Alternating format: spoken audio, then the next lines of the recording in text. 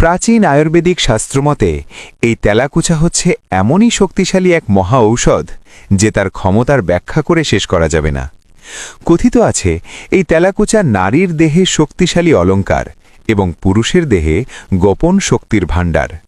আমরা না জেনে না বুঝে প্রতিনিয়ত এই হীরার মতো দামি তেলাকুচা গাছকে আগাছা মনে করে এই গাছের দিকে ফিরেও তাকাই না। আপনি যদি এই তেলাকুচা গাছের শক্তিশালী ঔষধি ক্ষমতা জানেন, তাহলে আফসোস করে বলতে থাকবেন, কেন এই তেলাকুচা গাছকে অবহেলা করেছি, কেন এর ঔষধি ক্ষমতার কথা আগে জানলাম না। প্রাচীন যুগে রাজা রানীদের খাবারের টেবিলে শাহী খাবারের পাশে সোনার থালায় স্থান পেত এই তেলাকুচা পাতার তরকারি। এখন একটু ভাবুন তো, এই তেলাকুচা কত মূল্যবান এবং ক্ষমতাশালী একটি ঔষধ। তেলাকুচার বৈজ্ঞানিক নাম কক্সিনিয়া গ্র্যান্ডিস এবং ইংরেজি নাম আইভি গড। এখন চলুন এক এক করে তেলাকুচার ক্ষমতাশালী ঔষধি গুণ জেনে নিই। ১. পুরাতন জন্ডিস ভালো করতে। পুরাতন জন্ডিসে ভুগতে থাকা মানুষটির চোখ হলুদ হয়ে যায়, মুখের রং মলিন হয়ে পড়ে, শরীর দুর্বলতায় ভেঙে পড়ে।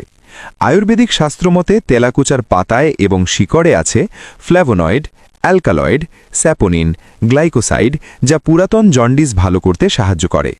কবিরাজি চিকিৎসা মতে তেলাকুচা গাছের শিকড়ের রসের সাথে সামান্য মধু মিশিয়ে সকালে খালি পেটে খেলে দ্রুত পুরাতন জন্ডিস ভালো করতে সাহায্য করে। ২. দুগ্ধদানকারী মায়ের বুকের দুধ বাড়াতে। দুগ্ধদানকারী মায়ের বুকের দুধ যখন শুকিয়ে যায়, তখন ক্ষুধার জ্বালায় বাচ্চার কান্না যেন থামতেই চায় না।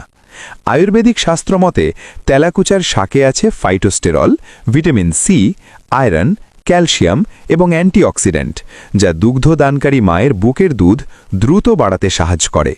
কবিরাজি চিকিৎসা মতে তেলাকুচার শাক মাছ দিয়ে ঝোল রান্না করে খেলে দুগ্ধদানকারী মায়ের বুকের দুধ বাড়াতে সাহায্য করে। ৩. হাঁপানি এবং শ্বাসকষ্ট ভালো করতে।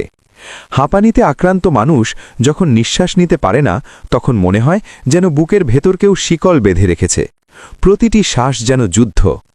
আয়ুর্বেদিক শাস্ত্রমতে তেলাকুচা গাছের শিকড়ে আছে অ্যান্টি ইনফ্ল্যামেটরি উপাদান বিটা ক্যারোটিন, ম্যাগনেসিয়াম, ফ্ল্যাভোনয়েড এবং স্যাপোনিন, যা হাঁপানি এবং শ্বাসকষ্ট ভালো করতে সাহায্য করে। কবিরাজি চিকিৎসা মতে তেলাকুচা গাছের শিকড়ের রসের সাথে পরিমাণ মতো মধু মিশিয়ে কিছুদিন সেবন করলে স্থায়ীভাবে হাঁপানি এবং শ্বাসকষ্ট ভালো করতে সাহায্য করে। ৪. পুরাতন আমাশয় ভালো করতে। পুরাতন আমাশয়ে ভোগা মানুষ প্রতিদিন যন্ত্রণায় ছটফট করে, পেটের মোচড়, দুর্বলতা। আয়ুর্বেদিক শাস্ত্রমতে তেলাকুচার পাতায় আছে ট্যানিন, অ্যান্টিব্যাকটেরিয়াল উপাদান, গ্লাইকোসাইড, স্যাপোনিন এবং ফেনোলিক যৌগ, যা পুরাতন আমাশয় ভালো করতে সাহায্য করে।